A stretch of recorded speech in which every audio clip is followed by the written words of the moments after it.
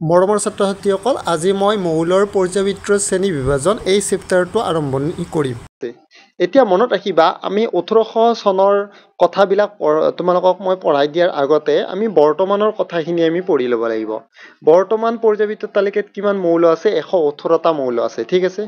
আৰু বৰ্তমানৰ পৰ্যায়বৃত্তৰ তালিকাখন দেখিবলৈ প্ৰায় এনেকুৱা, মই এনে জাষ্ট তোমালোকক বুজাবৰ কাৰণে আঁকিছো, ঠিক আছে। এই পৰ্যায়বৃত্তৰ তালিকাখনত কেইটা গোষ্ঠী আছে জানানে? ব্লক কেইটা আছে? 4টা আছে।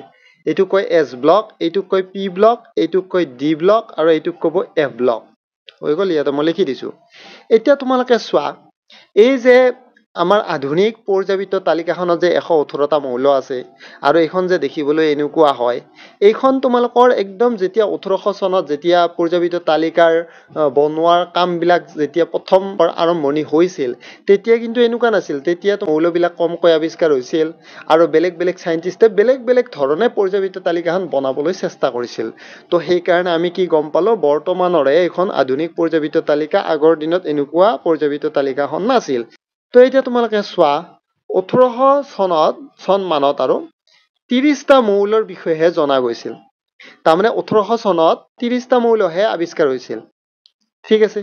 এতিয়াতো 118টা মৌল আৱিষ্কাৰ হৈছে। আগৰ দিনত 1800 চনত 30টা মৌল আৱিষ্কাৰ হৈছিল। তেতিয়া পৰ্যায়বৃত্তৰ তালিকাখন কিবা বেলেগ চিষ্টেমত বনাইছিল, আজিৰ দৰে এনেকুৱাকে বনোৱা নাছিল। তো এতিয়া প্ৰথমতে কোনে ট্ৰাই কৰিছিল, কেনেকৈ বনাবলৈ চেষ্টা কৰিছিল, এইবিলাক আমি আৰম্ভ কৰিম, ঠিক আছে। এতিয়া মৌলৰ শ্ৰেণী বিভাজনৰ প্ৰথম প্ৰয়াস। তো এতিয়া তোমালোকে চোৱা, মৌলৰ শ্ৰেণী বিভাজন আমি কিয় কৰিব লাগে? মৌলবিলাকৰ শ্ৰেণী বিভাজন এই কাৰণে কৰিব লাগে যাতে আমাৰ অধ্যয়নত সুবিধা হয়, ঠিক আছে। এতিয়া ফৰ এক্সাম্পল তোমালোকে চোৱা, মই এখন দোকানৰ কথাই কওঁ।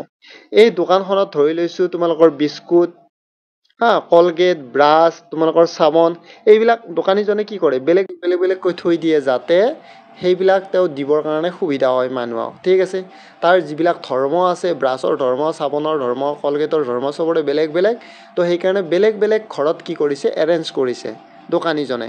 ঠিক সেইদৰে বিজ্ঞানীবিলাকেও একে টেকনিক ব্যৱহাৰ কৰিছে। বিজ্ঞানীসকলে মৌলবোৰক আৰু সিহঁতৰ ধৰ্ম অনুসৰি শ্ৰেণী বিভাজন কৰি শৃংখলাবদ্ধভাৱে সজাবলৈ একাধিক প্ৰয়াস চলাইছিল। তো আদিতে মৌলবিলাকক বিজ্ঞানীসকলে কেনেকৈ শ্ৰেণী বিভাজন কৰিছিল? ধাতু আৰু অধাতু, ধাতু এক্সট্ৰা, অধাতু এক্সট্ৰা, এনেকৈ তোমালোকৰ ছেপাৰেট কৰিবলৈ চেষ্টা কৰিছিল তেওঁলোকে। আৰু এইবিলাক চেষ্টাই নহয়, আৰু বিভিন্ন ধৰণে চেষ্টা কৰিছিল। তাৰে এটা ভিতৰত মই এটা পঢ়াই দিওঁ তোমালোকক, ডাবাৰাইনৰ ট্ৰায়ড।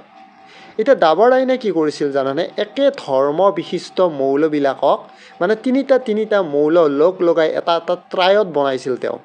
আৰু সেই ট্ৰায়ডটোত তেওঁ কি কৰিছিল মনত ৰাখিবা, যেনে ইয়াতে ধৰি লৈছোঁ 3টা মৌলৰ দ্বাৰা এটা ট্ৰায়ড বনাইছে।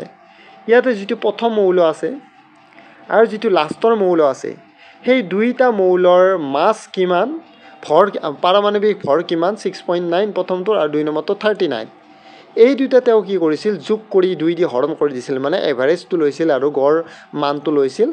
সেই যিটো তোমালোকৰ এভাৰেজ মান পাইছিল, সেইটো তোমালোকৰ দ্বিতীয় মৌলটোৰ লগত মিলি গৈছিল।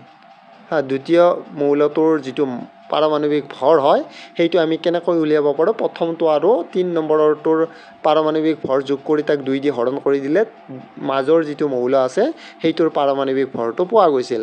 কিন্তু ডাবাৰাইনৰ ট্ৰায়ডটো সিমান এটা ব্যৱহাৰযোগ্য নহ'ল, সিমান এটা প্ৰচলিত, এইটো তাৰমানে বেছি ফেমাছ নহ'ল। কাৰণটো হ'ব, তেওঁক 3টামান ট্ৰায়ড বনাব পাৰিছিল চাগে। তো বেছিকৈ তেতিয়া মৌলও বেছিকৈ আৱিষ্কাৰ হোৱা নাছিল আৰু তেওঁ বেছিকৈ ট্ৰায়ডো বনাব পৰা নাছিল, আৰু এইটো পিছত যাই কেনে ইমান এটা ছাকচেছফুল নহ'ল। তাৰপিছত বেলেগ চাইণ্টিষ্ট আহিলে।